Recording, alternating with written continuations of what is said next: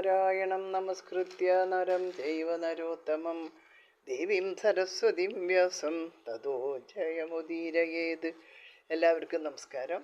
മഹാഭാരതം വനപർവം കർണൻ്റെ ദാനം. പാണ്ഡവരുടെ വനവാസത്തിൻ്റെ കാലം അവസാനിക്കാറായി. ഒരു വർഷം അജ്ഞാതവാസം കൂടി കഴിഞ്ഞാൽ അവർക്ക് രാജ്യം തിരിച്ചു കൊടുക്കാൻ ദുര്യോധനൻ ബാധ്യസ്ഥനാണ്.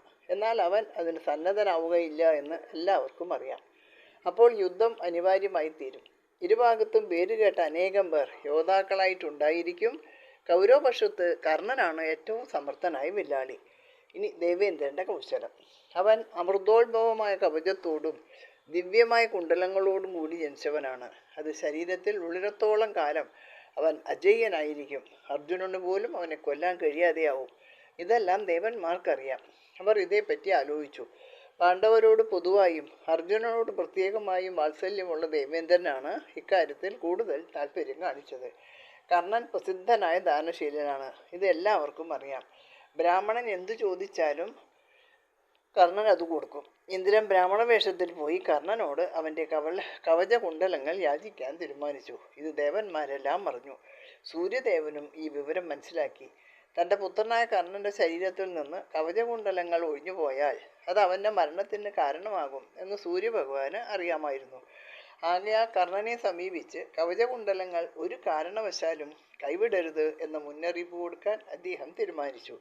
ഒരു ദിവസം പ്രഭാതത്തിനു മുമ്പ് കർണൻ ഉറക്കമുണർന്നപ്പോൾ തൻ്റെ മുറിയിൽ അതിതേജസ്വിയായൊരു ബ്രാഹ്മണൻ നിൽക്കുന്നത് കണ്ടു.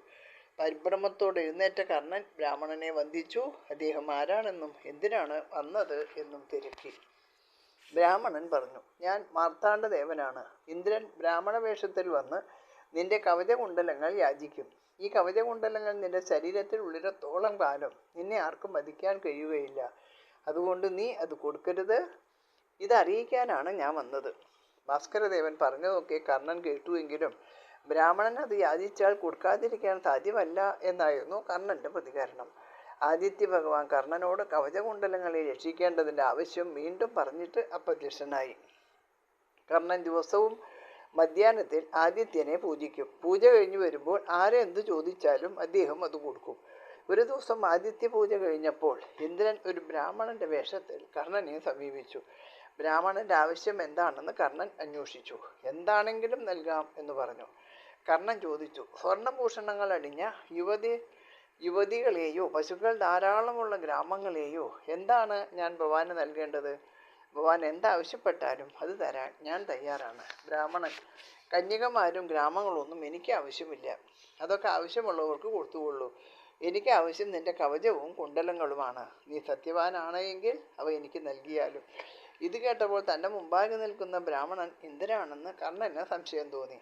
കവചകുണ്ടലങ്ങൾ ഒഴിച്ച് മറ്റെന്ത് വേണമെങ്കിലും നൽകാമെന്ന് കർണൻ പറഞ്ഞു. എന്നാൽ ബ്രാഹ്മണന് വേറെ ഒന്നും തന്നെ വേണ്ടിയിരുന്നില്ല. കവചകുണ്ടലങ്ങൾ തരാത്ത പക്ഷം കർണൻ്റെ വാക്ക് പാലിക്കപ്പെടാതായി തീരും എന്ന് പറഞ്ഞ് ബ്രാഹ്മണൻ പോകാൻ ഭാവിച്ചു. അപ്പോൾ കർണന് ബോധ്യമായി ബ്രാഹ്മണൻ ഇന്ദ്രൻ തന്നെ ആണ് എന്ന്. കർണൻ കൂസലിന് ഇന്ദ്രനോട് പറഞ്ഞു, അങ്ങ് ദേവേന്ദ്രനാണ് എന്ന് എനിക്കറിയാം. അങ്ങ് പാണ്ഡവപക്ഷപാതം കൊണ്ട് എന്നെ മൃത്യുവിന് വിധേയനാക്കാനായിട്ടാണ് എൻ്റെ കവചകുണ്ടലങ്ങൾ ചോദിക്കുന്നത്. ഇത് വഞ്ചനയാണ്. വരം തന്ന് അനുഗ്രഹിക്കേണ്ട അങ്ങയെപ്പോലുള്ള ദേവന്മാർ ഞങ്ങളെപ്പോലെയുള്ള മർത്യരെ വഞ്ചിക്കുന്നത് കഷ്ടമാണ്. കർണൻ്റെ മറുപടി കേട്ടപ്പോൾ ദേവേന്ദ്രൻ ലജ്ജിതനായി. എങ്കിലും അദ്ദേഹം തൻ്റെ ആവശ്യം ഉപേക്ഷിക്കാൻ തയ്യാറായില്ല. കവചകുണ്ടലങ്ങൾ കിട്ടിയേ താൻ സംതൃപ്തനാവുകയുള്ളൂ എന്ന് തീർത്തു പറഞ്ഞു. ഇനി ഇന്ദ്രൻ്റെ മേൽദാനം. കർണൻ, പ്രഭു, അങ്ങ് ദേവദേവേശനാണ്. കവചകുണ്ടലങ്ങൾ നൽകിയാൽ ഞാൻ വധ്യനായിത്തീരും. അത് അങ്ങ് കാരണമായതുകൊണ്ട് അങ്ങും പര്യാസപാത്രമാകും. ഞാൻ കവചകുണ്ടലങ്ങൾ നൽകാം. അതിന് പകരമായി എനിക്ക് അങ്ങയുടെ ശക്തി എന്ന ആയുധം തരണം. എൻ്റെ ശരീരത്തിൽ ജന്മനാ തന്നെ ഒട്ടിപ്പടുത്തി കിടക്കുന്ന കവചം അറുത്തെടുക്കുമ്പോൾ ശരീരത്തിന് വൈരൂപ്യം ഉണ്ടാവാതിരിക്കാൻ അങ്ങ് അനുഗ്രഹിക്കുകയും വേണം. ഇന്ദ്രൻ സമ്മതിച്ചു. കർണൻ മൂർച്ചയേറിയ ശസ്ത്രം എടുത്ത് ശരീരം മുറിച്ച കവചം അറുത്തിയെടുത്തു. ശരീരം മുറിയുമ്പോൾ അത്യധികമായ വേദനയുണ്ടായെങ്കിലും കർണന് മുഖത്തൊരു ഭാവഭേദവും ഉണ്ടായില്ല. അവൻ പുഞ്ചിരിച്ചുകൊണ്ടാണ് അപ്രകാരം ചെയ്തത്. കർണങ്ങളിൽ നിന്ന് കുണ്ടലങ്ങളും അടർത്തിയെടുത്തു. രണ്ടും ഇന്ദ്രന് നൽകി. കർണൻ്റെ ശരീരത്തിൽ മുറിവുകളൊന്നും ഉണ്ടായില്ല. അവൻ്റെ ശരീരം ഭാനുമാനെ പോലെ തേജസ്സുള്ളതായി തീർന്നു.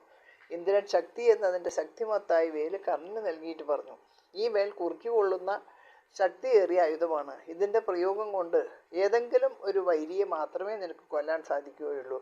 അതിനുശേഷം ഇത് എൻ്റെ പക്കൽ തിരിച്ചെത്തും. തൻ്റെ ആഗ്രഹം സഫലമായപ്പോൾ ഇന്ദ്രൻ അത്യധികം സന്തോഷിച്ചു. ഹൃദ്യമായി ഉറക്കെ ചിരിച്ചു. എന്നാൽ ആ ചിരിയുടെ മാറ്റൊലി കർണൻ്റെ കീർത്തി ലോകത്തിലെങ്ങും പരത്തുകയാണ് ഉണ്ടായത്. പാണ്ഡവന്മാർക്ക് വേണ്ടി ഒരു നല്ല കാര്യം ചെയ്ത കൃതാർത്ഥതയോടെ ഇന്ദ്രൻ ദേവലോകത്തേക്ക് മടങ്ങിപ്പോയി. കർണൻ ഇന്ദ്രനാൽ വഞ്ചിതനായ വൃത്താന്തം കേട്ട ദുര്യോധനാദികളുടെ സ്ഥിതി വളരെ ദയനീയമായിരുന്നു. അജയ്യനായും അവധ്യനായും നിന്ന് തങ്ങളുടെ വിജയസാരഥ്യം വഹിക്കേണ്ട കർണൻ മൃത്യുവിനിരയാകാൻ സാധ്യതയുണ്ട് എന്നറിഞ്ഞപ്പോൾ ധൃതരാഷ്ട്രൻ ദുഃഖിച്ചു.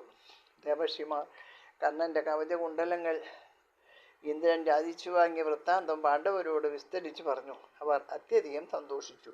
യുധിഷ്ഠിരൻ സമാധാനത്തോടെ ദീർഘമായി നിശ്വസിച്ചു. ഇതോടുകൂടി ഈ അധ്യായം ഇവിടെ അവസാനിച്ചു. എല്ലാവർക്കും നമസ്കാരം. സർവത്ര ഗോവിന്ദ നാമ സങ്കീർത്തനം. ഗോവിന്ദ ഗോവിന്ദ.